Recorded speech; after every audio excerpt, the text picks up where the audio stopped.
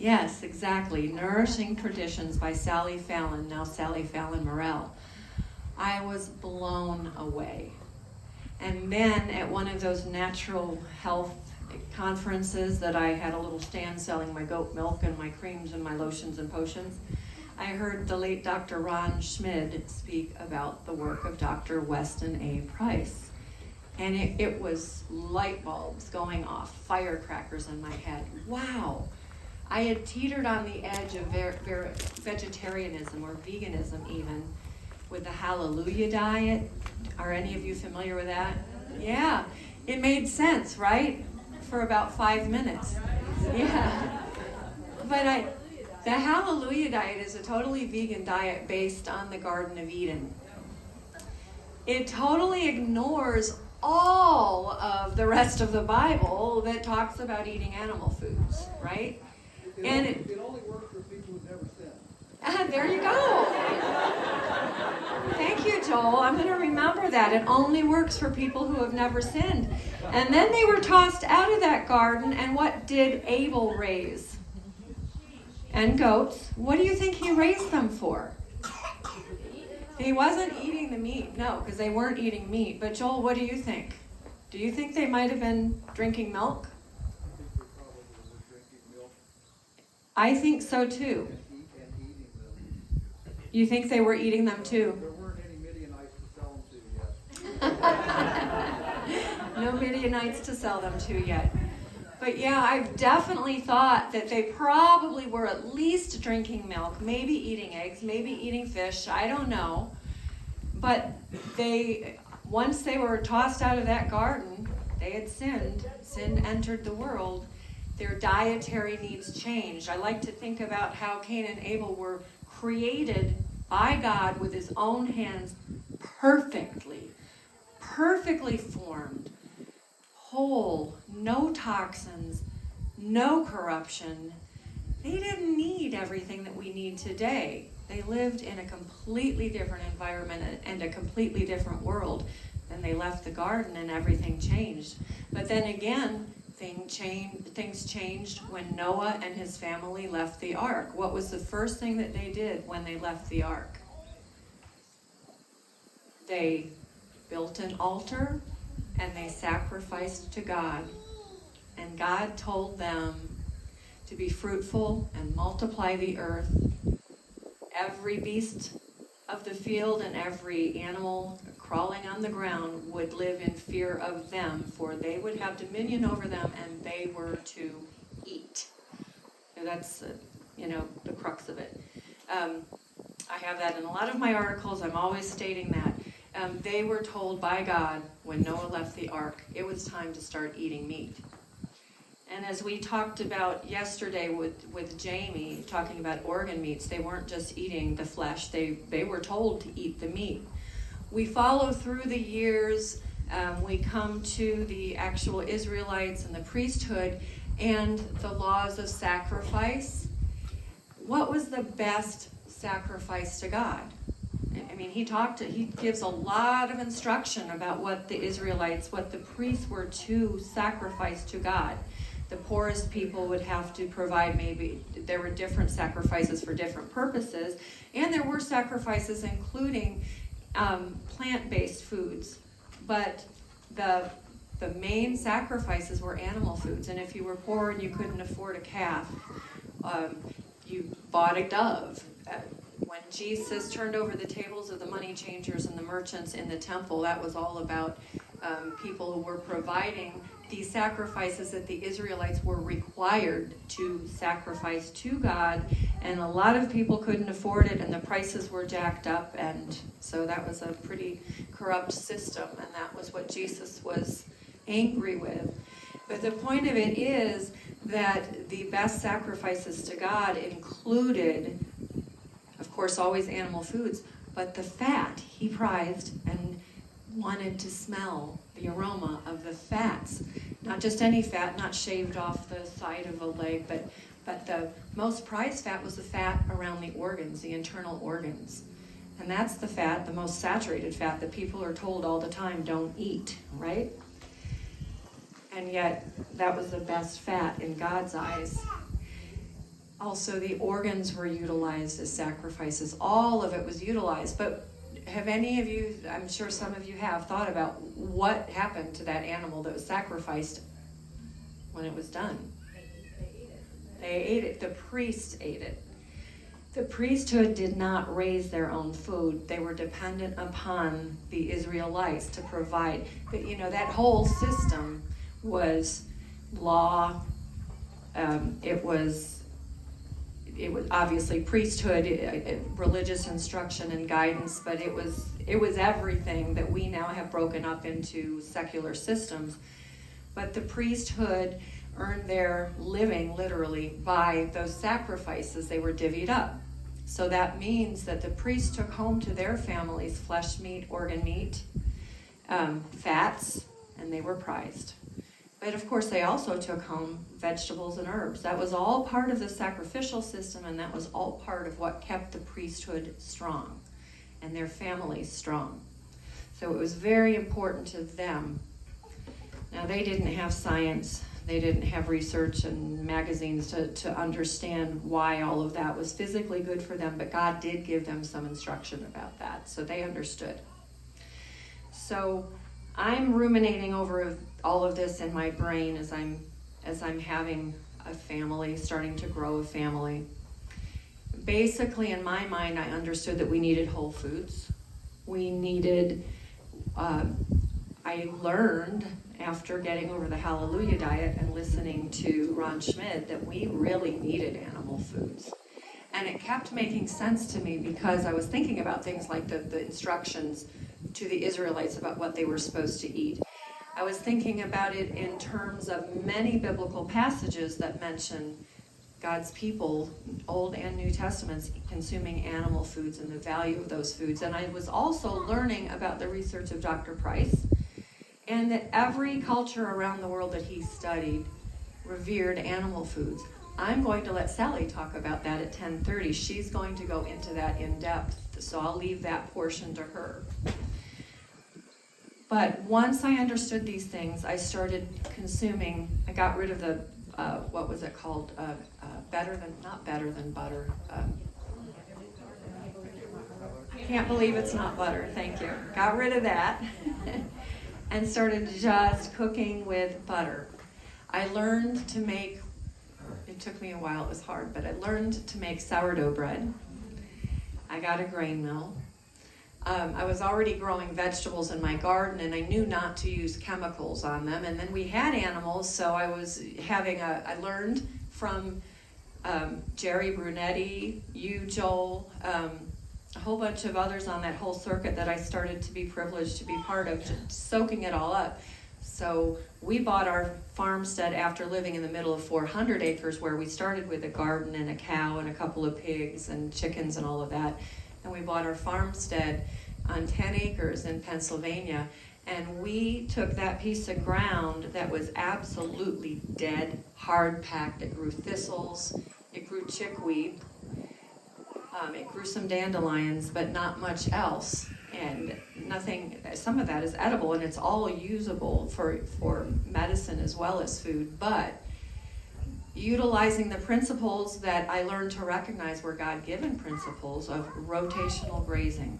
We started with one cow and one calf, and we moved them along. We built a chicken tractor, and we moved it along. We did all of these things, and within just a few years, we took that dead soil. It had been hard-packed. It had been conventionally cropped first with cabbage for decades, and then with genetically modified corn. By that point in time, genetic modification had come into being. So a lot of chemical input, and it became this beautiful pasture land. We had an orchard.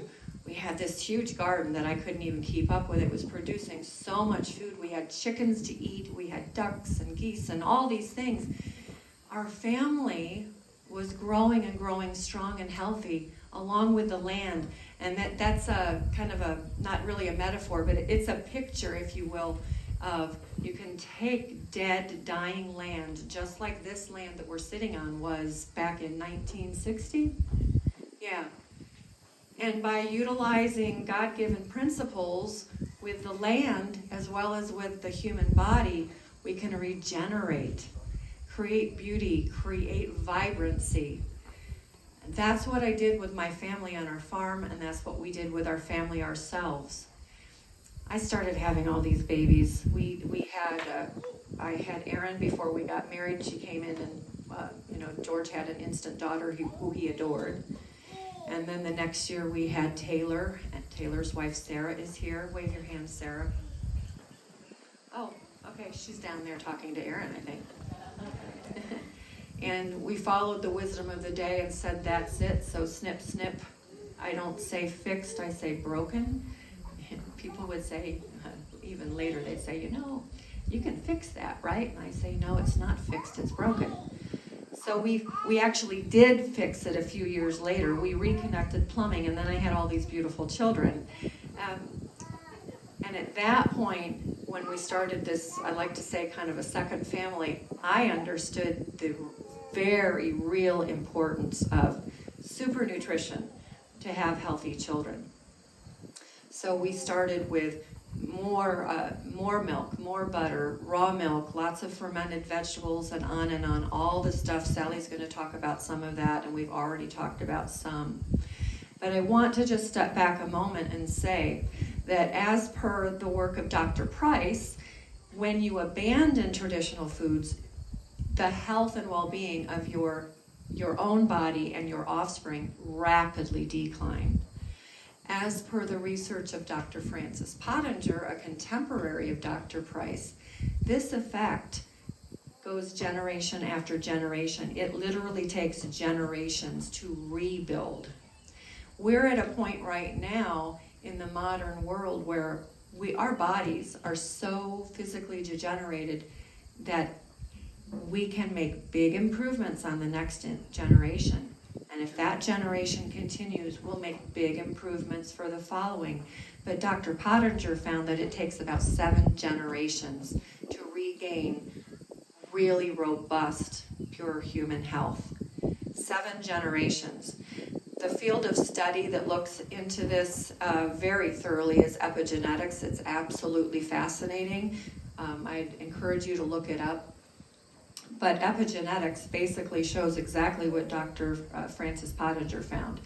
And it's not only humbling, it's a little scary to me to think about because we've degenerated physically so far that now we have all of these diseases and illnesses and birth defects. The only way to correct it is to start hitting it hard with your person, your children. So I started incorporating when I was pregnant, and before I'd get pregnant, I tended to be, there was one teaching of Dr. Price, or one thing that he found, and that was that what he called primitive peoples would space their children 2.5, 3 years, 4 years, somewhere in there. And I wasn't very good at that. And I didn't embrace it initially. I thought, we can have children now, and let's let God plan our families. And the children started coming and coming and coming. And mom is going, so tiring. And I realized as I thought about it that there's real wisdom to spacing families. And God gives us, to spacing children rather. And God gives us clues to help us do that. Sally will have a book on her table, which is titled Honoring Our Cycles. And any woman of childbearing years, or if you have daughters who are going to get married, I started my daughters on this while they were teenagers so they could understand their cycles. But it helps you to understand how to space children. And eventually I got to the point where, okay, I get that now. I especially got it after the author of that book was giving a talk at one of our conferences. And I was there with George, with 2 of our boys, and a nursing baby, and another one on the way. And she used me as an example as to, this is why you really need to learn to space your children. At that point, I'm scratching my head and thinking, there's something to this. But people used to do that. And also, people used to live close to one another. Families were together. Grandmas helped with the children, and, and the boys went out to work in the fields or hunting with their dads, and then everything was different culturally, and all of that helped women to space their children as well.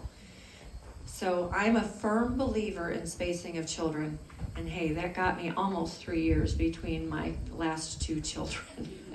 At least there's that. But I was pregnant and nursing through several children, and the one thing that I realized I needed to do towards the last couple of children was I needed to really, totally maximize my nutrition. When I became pregnant with number 8, who I think is on her way here for the day, her brother was only, I think, 5 months old. Way too soon. At that point, I knew that was too soon. We've got to start spacing this out. But in the meantime, here I am. I'm going to have another baby. I got to deal with it. Well, her brother was starting to get. He was turning from really happy to cranky. And then I noticed he started to get thinner. And I realized, okay, this time around I can't nurse and be pregnant at the same time. So I started making homemade baby formula. We have that on our website. I shared an article from the Westin A. Price Foundation on homemade baby formula. I would encourage you to look at that, and also on one of our issues, it's dedicated to the scandal of infant formula. You don't want your babies on infant formula. Definitely homemade formula is better. But I utilized that for Wilson, who now is 19 and very healthy and strong. He lived on that formula until he was 18 months old, so for about a year. Meanwhile, I'm taking in more cod liver oil and butter oil, which is Green Pasture Products is what I was using. I was taking their combo of fermented cod liver oil and butter oil, and I was eating more organ meats. I love organ meats. I did not grow up eating them, but I crave. There's I think a picture on our Instagram from a few months back that I was making liver and onions, and I was going to take a picture of it and put up a quick recipe, and I couldn't pause to take the picture. So I put up a picture of an empty bowl. Ate it all. But I was doing that kind of thing, just as much nutrition as I could possibly get, and nothing garbage. Nothing garbage had been going in for years anyway, but I made sure to maximize nutrition for that healthy baby, and she is one of my strongest of 9 children. So you'll see her when she's here. She's a real pretty, sweet girl, and she came out healthy and strong. I say all of that so that you understand that you can have really healthy children, but it's important that you put into your body what your baby needs. And that comes back to this babies are not vegan idea. In all of my years of exhibiting and talking for Westin A. Price Foundation, I always run into vegans. Much, much less frequently now, thankfully, than I used to. And they would want to argue with me, well, I don't need to have animal foods in my diet. I can be healthy and we can have children without... Yeah, okay, you can have children. You might be able to have a couple of children if you're a die-hard vegan. But what's important to understand, whether you're vegan, omnivorous, or whatever, if you don't put into your body what your baby needs, the baby will take it from you. Which is why women tend to have crumbling teeth and more health issues after they've had a couple of children if they're not supporting their own body's nutrients as well as a growing child's. Babies are not vegans. But now we have this beautiful baby, or a few, as in my case. What do you do with them? Are you going to give them baby cereal? Are you going to feed your kids just what everybody else does and expect them to be healthy, even if they started out healthy?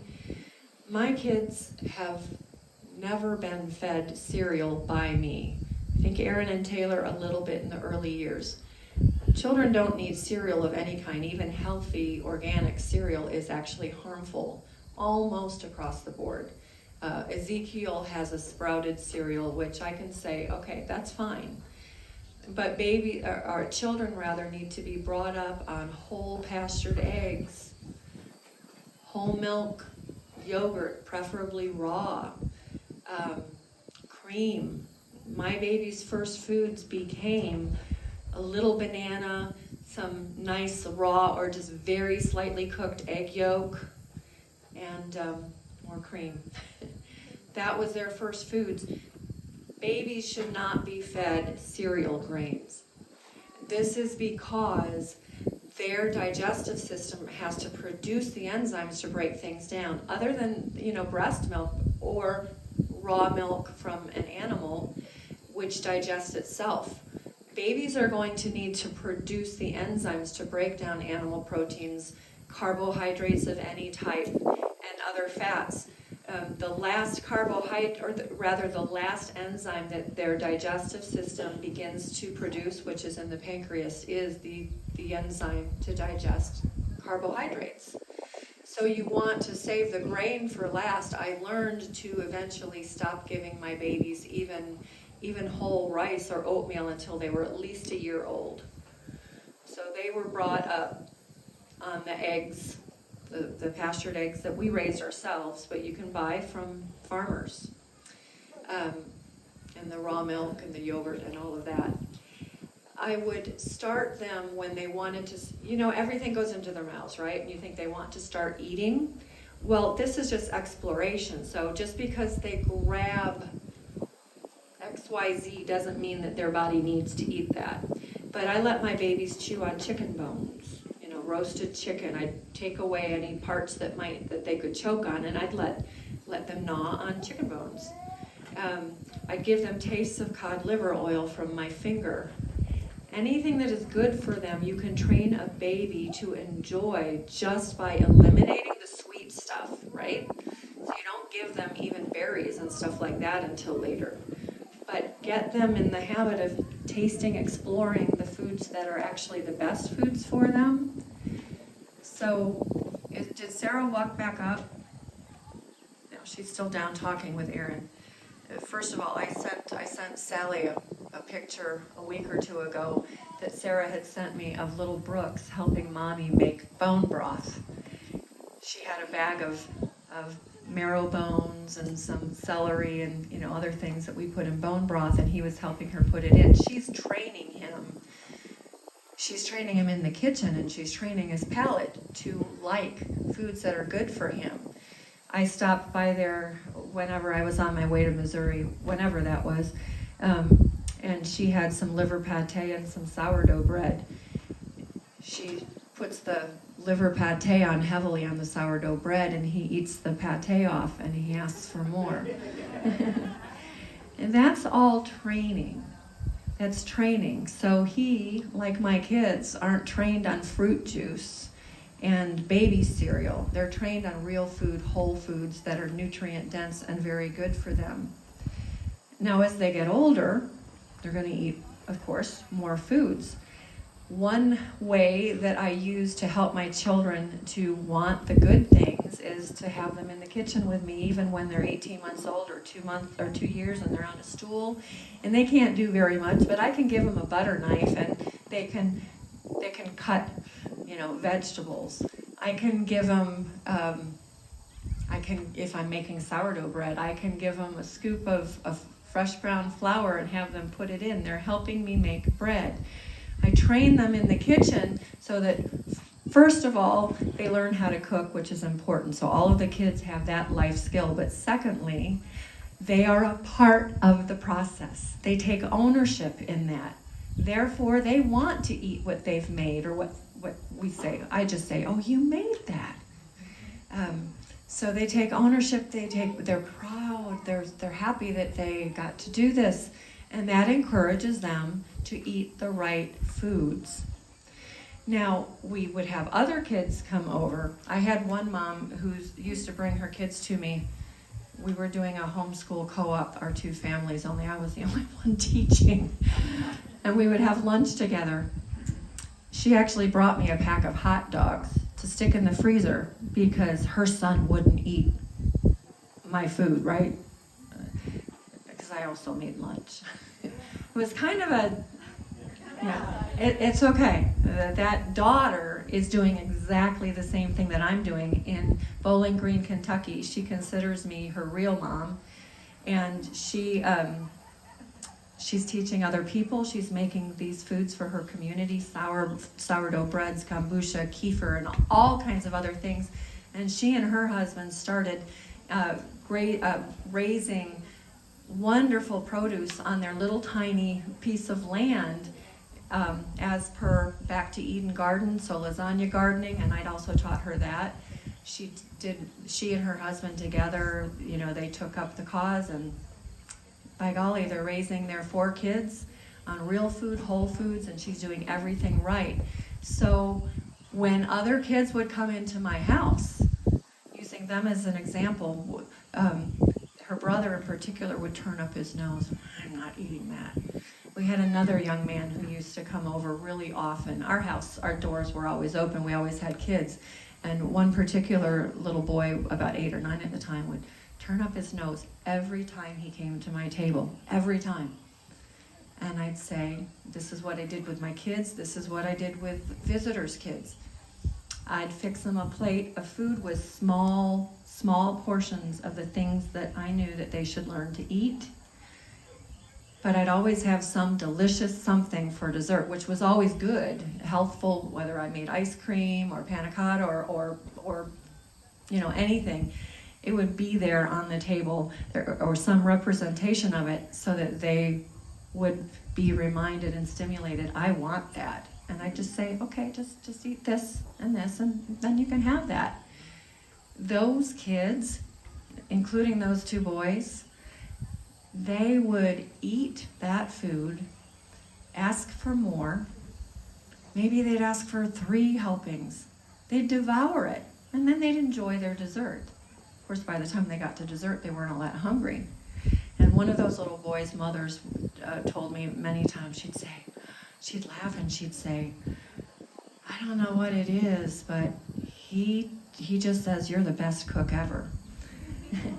And I make simple foods. It's not that I'm doing things really elaborate, just simple foods. But because I use these methods to kind of trick them into eating healthy foods, the same way as I did with my own kids, because some of my kids, they might be picky about one thing or another, but they always had to eat the things that were most important for them first, and I would not make it a huge helping.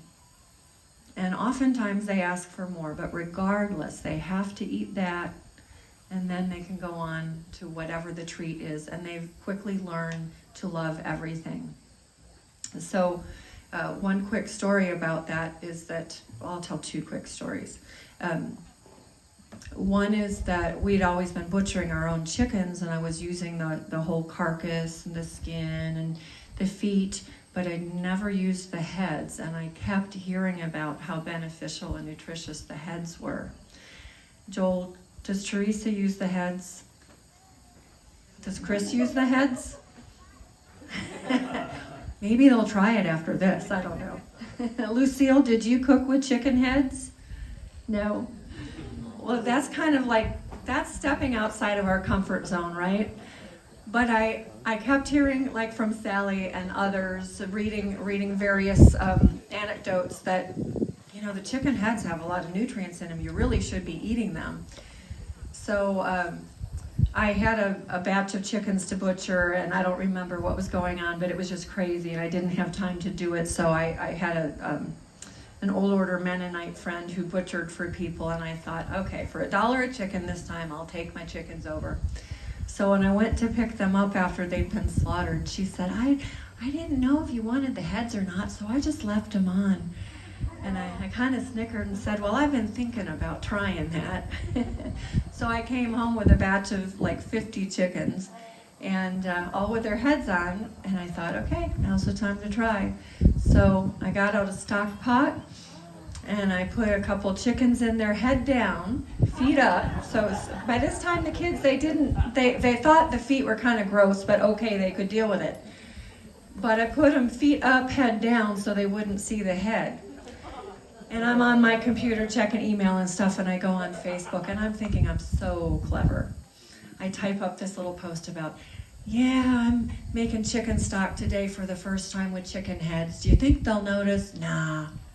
Well, over my shoulder was one of my kids, looking at what I'm typing, and she goes, Mom!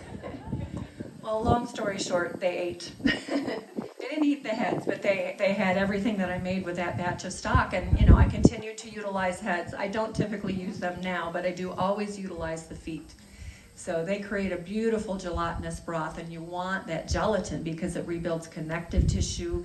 It's good for your skin. It helps with healing your gut. So you really want all of that. So at least use the feet. Okay. So my kids, most of them did grow up on this. There were things that, as I said, sometimes I had to get them used to, including chicken heads. But they were used to it. Now, for those people whom I've known over the years, whose children were just eating like everybody else, and now they realize, oh man, I've got to change my kids' diet. How do I do that? Because, you know, they're going to turn their nose up at everything. Well, it's all about training, just like Jamie taught yesterday about training the palate. We can retrain our palates. I grew up on Captain Crunch and powdered skimmed milk and Hamburger Helper, and that's why I have a mouthful of cavities and mercury fillings, and I have a narrow face, not terribly narrow, but you know, my egg was formed not in my mother but in my grandmother, and my grandmother was a renowned cook in her day, but that was in the time of packaged foods. That was when supermarkets came to be. So she was making foods with like cherry pie filling and powdered this and cans of that. Well, that's where I started, and I started even before that. You started in your great-grandmother. With epigenetics, you can see that it goes back further and further. So we can't expect an overnight transformation, but we can take small and consistent steps to help our children to change their palates. My kids now eat everything. I have 5 married children, and so far all of them are eating whole foods, real foods, even the ones who had a little rebellious period once they left home. You know, maybe they started to drink soda or eat potato chips, or with one of them, McDonald's. I hear whispers, even of that one. He's telling his siblings that, you know, he doesn't feel so good, he's going to stop eating this, and he's at home and Mom, what can I eat? And well, there's burger in there, there's this or that, and he's at 21, you know, he sees the value. All of the kids do, and they're all coming back to it if they've strayed from it at all. With kids who need to transition, it's just a matter of getting them in the habit and you making the commitment to providing them with tasty, delicious, whole foods, good foods. And I happen to be a believer that the very best foods for our bodies are also the most nutritious. So it's not a big leap for me to say that good food is also the best tasting food. It really is. So let's make some switches in our family's meals. First of all, get rid of the processed vegetable oils and the degenerated and toxic grain products. Those 2 things are good starts. Toss the sugar, get rid of the soda, and anything that has high fructose corn syrup, and almost anything processed is going to have some of those things. So not only are they deficient in nutrients, but typically they're very toxic, especially grain products and sugars. And then you can start making switches. For instance, for snacks, even when other people come over who aren't used to the foods, and we entertain all the time. We have youth over a lot. We have potlucks.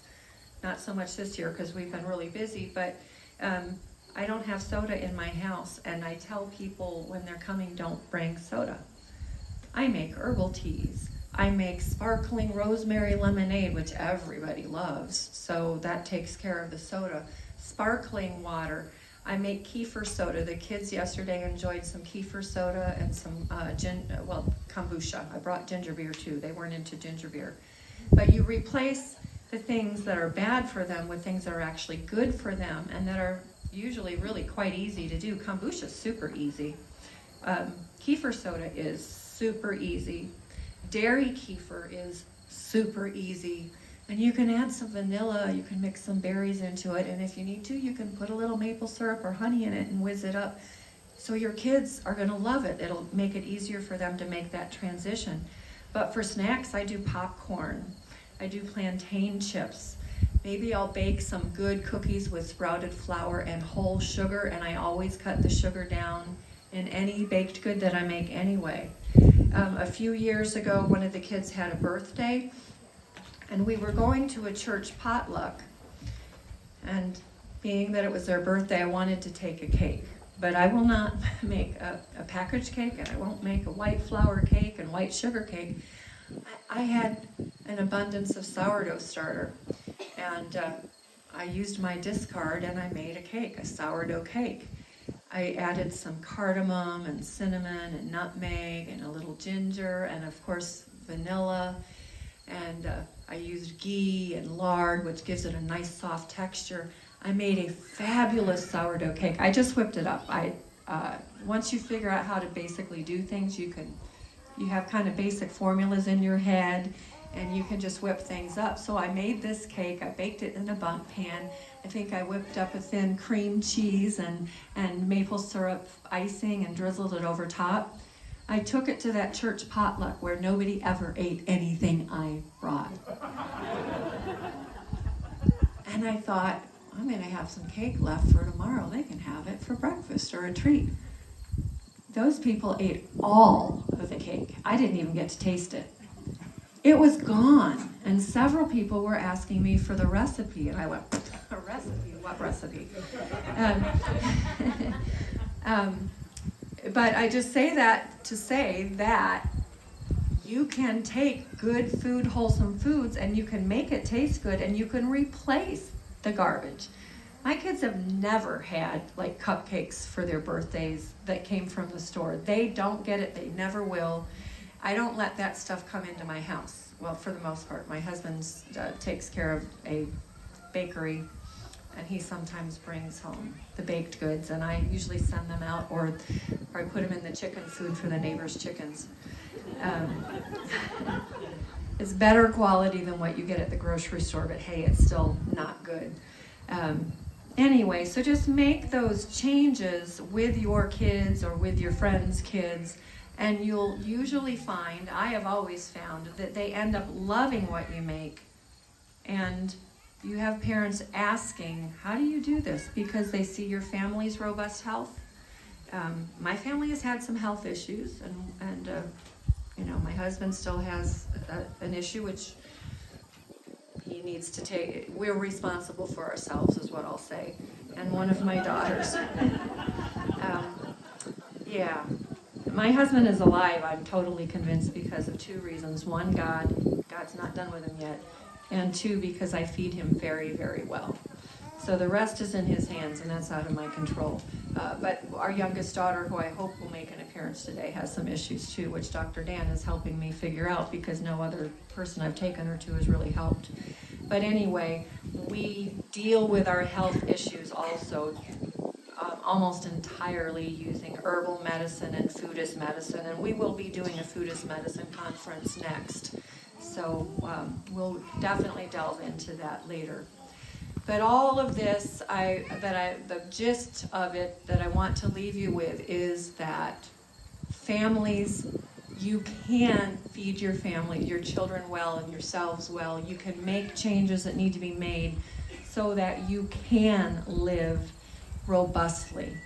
Even if you're not starting out with the best foundation, you can rebuild, you can make your own bodies much, much stronger, and those of your children, so that you can produce healthy children generation after generation and live in health.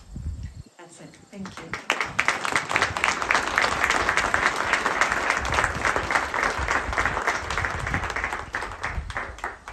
Now, does anyone feel like they need to